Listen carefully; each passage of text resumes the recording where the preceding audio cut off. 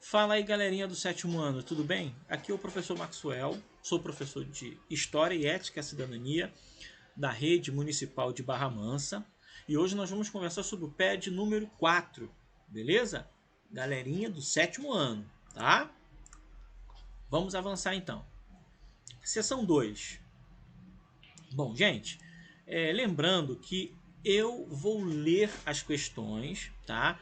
Para que, se aparecer, se surgir algum termo de difícil entendimento, eu já sano o problema, eu já resolvo para vocês na hora. Explico o termo dentro do contexto do texto, tá bom?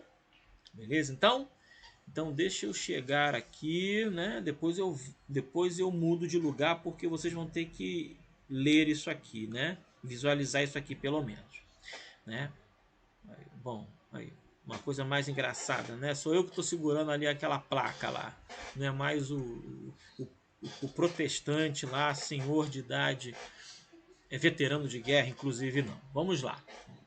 Somos uma família humana e uma comunidade terrestre com um destino comum, mas nem sempre assim procedemos. A canção da Terra, Earth Song, no texto 1, lá em cima, né? Lá no início do PED, nos questiona: o que fizemos com o mundo? Você já parou para notar? Todas as crianças mortas pela guerra. Você já parou para perceber? Esta terra que chora, suas praias em pranto. Pelo mundo agora acontecem marchas, protestos e organizações em vista do bem para a humanidade. Em Nova York, 2015, aconteceu a Marcha pelo Desarmamento Nuclear Mundial, que é essa marcha aqui que eu estou segurando o cartaz aqui.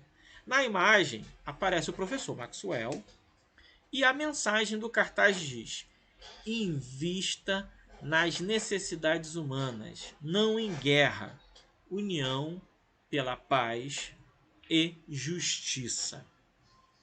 Beleza? Então,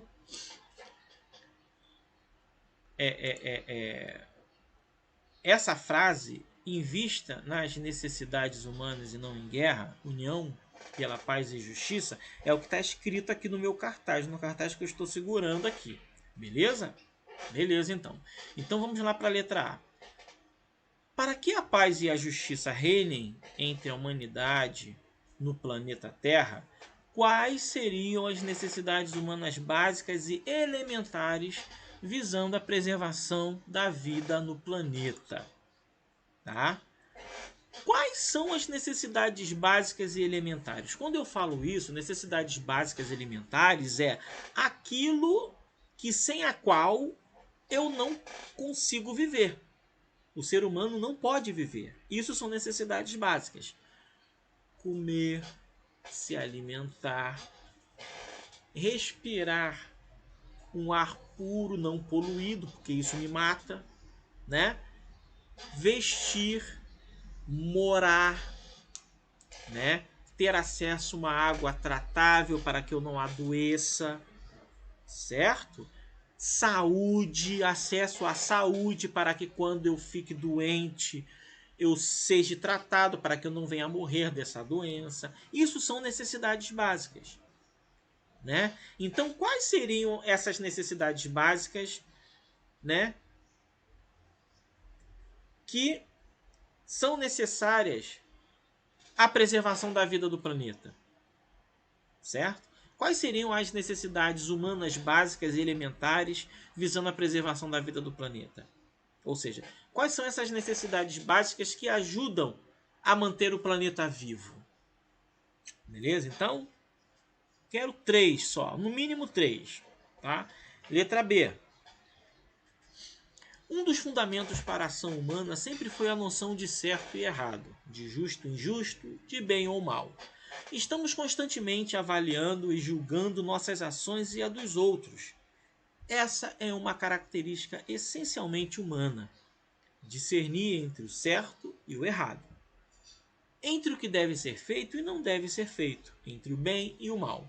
Recorte e cole em uma folha de papel A4 ou ofício notícias ou imagens de ações que você considera errada em relação ao planeta Terra, a nossa casa comum. Ao fim, justifique a sua escolha. Ok? Então, né, julgando o que é certo e o que é errado, você vai recortar e colar em uma folha notícias ou imagens de ações que você considera errado em relação ao planeta. Então você vai pegar uma folha, vai recortar algumas imagens de atitudes que você considera errado de praticar, de ser praticado em relação ao planeta. Na parte de cima da folha, coloque essas imagens que você considera errado em relação ao planeta. Abaixo, você vai justificar o porquê, você vai explicar o porquê você entende que essas atitudes são erradas. Beleza? Ó, molezinha, tranquilidade, tá? Na seção 2, deixa eu trazer aqui para baixo. Tranquilo, vamos lá. O cidadão planetário. Né? Cidadão planetário somos nós que moramos no planeta Terra, somos cidadãos planetários. Estamos vivendo momentos de muitas crises mundiais e que são resultados do nosso relacionamento com a natureza. Ou seja, né, muitas crises que a gente sofre, né, catástrofes naturais, muitas delas são consequências das nossas atitudes erradas em relação ao planeta, né? Ou seja, o aquecimento global que influencia no clima, né, trazendo tempestades, né, tufões, enfim, né? E praticar a ética da solidariedade é perceber-se parte da natureza, é ter uma visão de integração com tudo que acontece, né? Ou seja, a ética da solidariedade, né, nos ajuda a perceber que as nossas atitudes influenciam no planeta. Então a gente deve ter atitudes que não agridem ou não agridem tanto o planeta Terra. Certo? É assim que sentimos, de verdade, a postura de um cidadão planetário. Quando pensamos de maneira ampliada, entendemos que um palito de picolé no chão vai se unir a tantos outros e poluir uma geleira, ou melhor, e poluir uma galeria na rua e poluir o planeta. Né? Vamos ler essa parte de novo.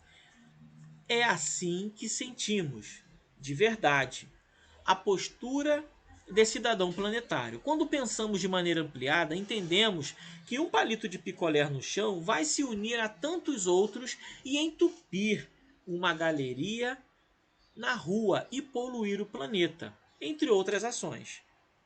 Escreva 5 atitudes que você pratica em seu dia a dia como cidadão planetário e 5 atitudes que você ainda não pratica, mas que pretende se comprometer a praticar. Ou seja, aqui,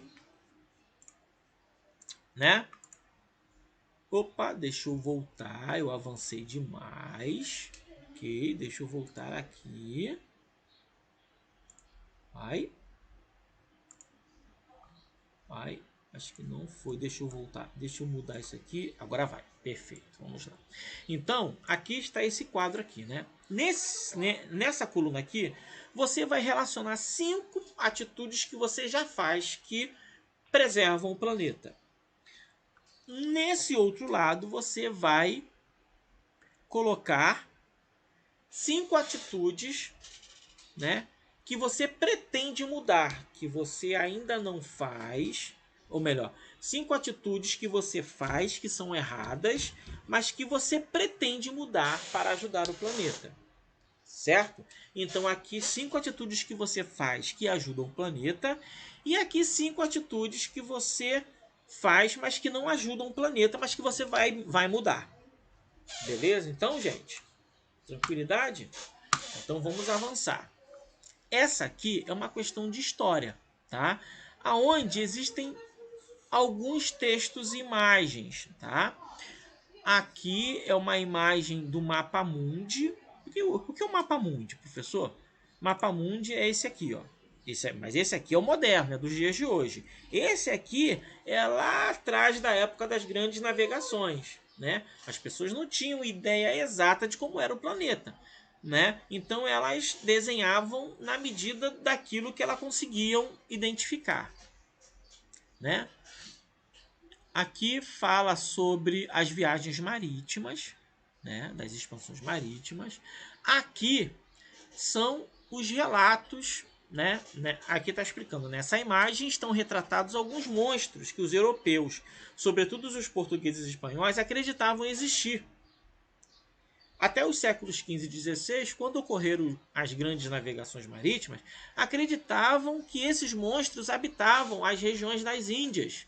Porém, na medida que os navegadores foram chegando a tais regiões e desmistificando-as, passaram a acreditar que as criaturas monstruosas estavam em outras terras, que ainda eram desconhecidas. Desta forma, o Oceano Atlântico e o Novo Mundo, ou o continente americano, passaram a ser o reduto onde habitavam esses monstros. Ou seja, antes das grandes navegações, os europeus acreditavam que em lugares desconhecidos habitavam esse tipo de gente aí, né?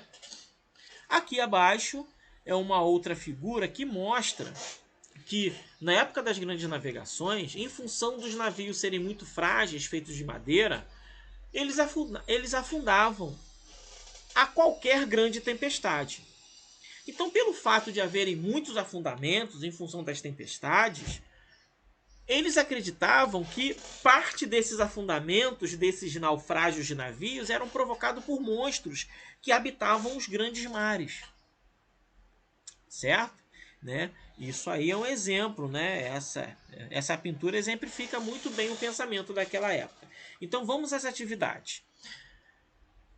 Grandes navegações eram um negócio arriscado.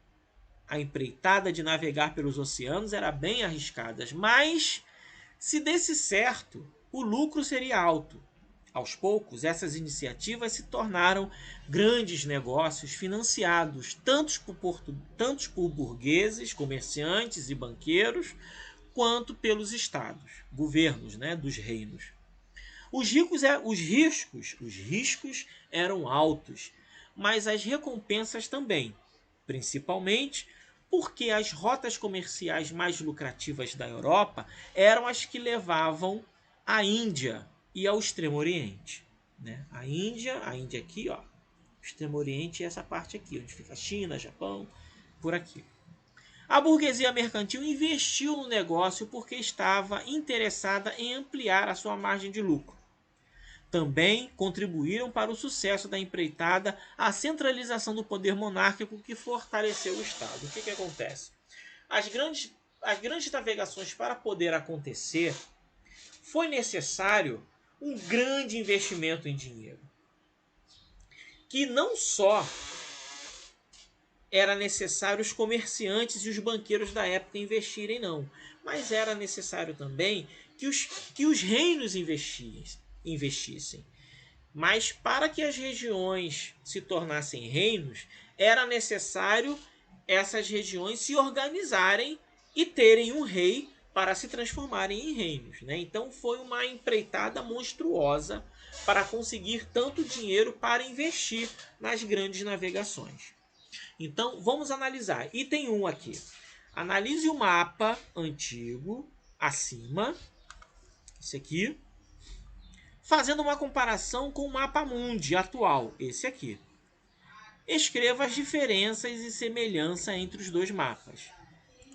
Semelhanças, vocês vão escrever aqui nessas colunas. Eu só coloquei uma, mas tem várias colunas aí. E as diferenças vocês vão colocar nessa coluna aqui. Beleza? Tranquilo. Item 2. Quais os países se lançaram ao mar no período das grandes navegações? Deixa eu chegar agora para cá. E quais os motivos os levaram a esta empreitada? Tá? Então, o item 2 são duas questões que vocês vão responder. Primeiro, quais os países se lançaram ao mar no período das grandes navegações? E quais foram os motivos que levaram a esses países a se lançarem às grandes navegações? Tá? Dos motivos, eu quero 2 motivos. Tá? Países, eu quero 3 países. E para cada país, e dos motivos que levaram esses países, eu quero que vocês relacionem 2 motivos. Beleza? Então, gente, Então nós terminamos o PED 4 aí da galera do 7º ano e a gente se vê agora no PED 5. Um grande abraço, um beijo no coração de vocês. Tchau, tchau.